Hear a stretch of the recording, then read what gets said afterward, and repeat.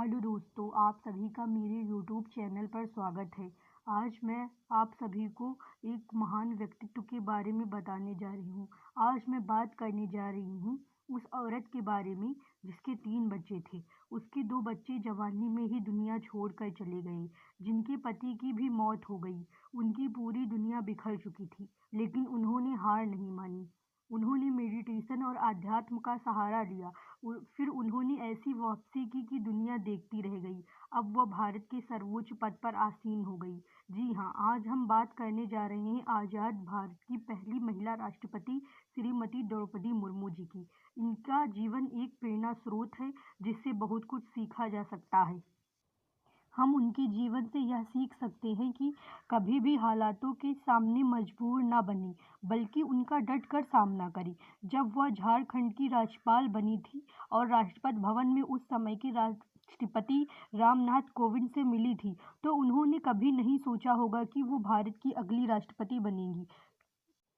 आइए हम द्रौपदी मुर्मू जी के जीवन पर एक नज़र डालते हैं। उनका जन्म उड़ीसा के एक पिछड़े जिले मयूरभंज में एक आदिवासी परिवार में सन 1958 को हुआ था। उनका जन्म एक गरीब परिवार में हुआ था। यहीं से उनके चुनौतीपूर्ण जीवन की शुरुआत हुई। इनका परिवार गरीबी में जीवन व्यतीत कर रहा था। बहुत कम संसाधन होने के बावजूद भी इन्होंने कभी हार नहीं मानी। इनके पिता का नाम बिरंची नारायण टुंडू था।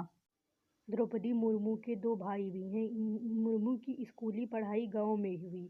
साल 1969 से 1973 तक वह आदिवासी आवासीय विद्यालय में पढ़ी। इसके बाद स्नातक करने के लिए उन्होंने भुवनेश्वर के रामा देवी वुमेन्स कॉलेज में दाखिला ले लिया। मुर्मू अपने गांव की पहली लड़की थी जो स्नातक की पढ़ाई करने के बाद भुवनेश्वर तक पहुंची। कॉलेज में पढ़ाई के दौरान उनकी मुलाकात श्यामचरण मुर्मू से हुई। दोनों की मुलाकात बड़ी दोस्ती हुई और दोस्ती से शादी तक का सफ़र तय किया इन्होंने साल 1994 में रायरंगपुर में मौजूद अरबिंदो इंटीग्रल एजुकेशन सेंटर में टीचर के तौर पर काम करना चालू किया और यह काम इन्होंने 1997 तक कार्य किया। पढ़ाई के दौरान ही इनकी मुलाकात श्यामचरण मुर्मू से हुई। बाद में द्रौपदी मुर्मू की शादी श्यामचरण मुर्मू के साथ कर दी गई, जिनसे इन्हें संतान के तौर पर 3 बच्चे प्राप्त हुए, जिनमें 2 बेटे थे और 1 बेटी थी। किसी भी महिला के लिए राजनीतिक क्षेत्र में आना कभी भी आसान नहीं होता है, लेकिन इनके आत्मविश्वास ने इनको आज इस मुकाम पर लाकर खड़ा कर दिया। वह साल 1997 था जब ओडिशा के रायरंगपुर जिले से पहली बार इन्हें जिला पार्षद चुना गया।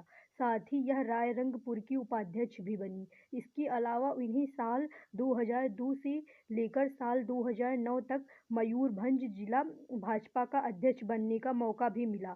साल 2004 में यह रायरंगपुर विधानसभा से विधायक बनने में भी कामयाब हुई और आगे बढ़ते बढ़ते साल 2015 में इन्हें झारखंड जैसे आदिवासी बहुल राज्य के राज्यपाल के पद को संभालने का भी मौका मिला। द्रौपदी मुर्मू का व्यक्तिगत जीवन बहुत ही संघर्षपूर्ण रहा। साल 2009 में द्रौपदी मुर्मू को जीवन का बड़ा दर्द झेलना पड़ा। उनके 25 साल के बेटे लक्ष्मण मुर्मू की रहस्यमयी तरीके से मौत हो गई। बेटे की मौत के सदमे से द्रौपदी अभी उभर भी नहीं पाई थी कि उन्हें दूसरी झकझोर देने वाली खबर मिली। ये घटना 2013 की है, जब द्रौपदी के दूसरे बेटे की मौत एक सड़क दुर्घटना में हो गई। द्रौपदी के 2 जवान बेटों की मौत 4 साल के अंदर हो चुकी थी। वह पूरी तरह से टूट चुकी थी। फिर 2014 में इनके पति की भी मृत्यु हो गई। कहा जाता है कि उन्हें दिल का दौरा पड़ा था। इससे उबरने के लिए उन्होंने आध्यात्म का सहारा लिया। द्रौपदी राजस्थान के माउंट आबू स्थित ब्रह्मकुमारी संस्थान में जाने लगी। यहाँ कई कई दिन तक वह ध्यान करती। तनाव को दूर करने के लिए राजयोग भी सीखा। संस्थान के अनेक कार्यक्रमों में हिस्सा लेने लगी। कहा जाता है कि द्रौपदी मुर्मू के परिवार में अब केवल उनकी बेटी इतिश्री मुर्मू ही है। इतिश्री बैंक में नौकरी करती हैं। इस तरह हम देखते हैं कि द्रौपदी मुर्मू के जीवन में बहुत सारी कठिनाई और बाधाएं आईं, लेकिन उन्होंने कभी भी हार नहीं मानी। उन्होंने आत्मविश्वास और धैर्य के साथ इन सभी कठिनाइयों का डटकर मुकाबला किया और आज इतने बड़े मुकाम पर पहुंचकर भारत के राष्ट्रपति के पद पर सुशोभित हो रही हैं। सच में द्रौपदी मुर्मू का जीवन एक प्रेरणा स्रोत है। इससे बहुत कुछ सीखा जा सकता है। हम उनके जीवन से यह सीख सकते हैं कि कैसे भी विषम परिस्थितियों में हार न मानते हुए अपने लक्ष्य तक पहुंचा जा सकता है। अगर आप कोई काम करना चाहते हैं तो उसके लिए दृढ़ निश्चय होकर केवल अपने लक्ष्य की ओर ध्यान दें और जो भी काम करें वह पूरी ईमानदारी के साथ करें।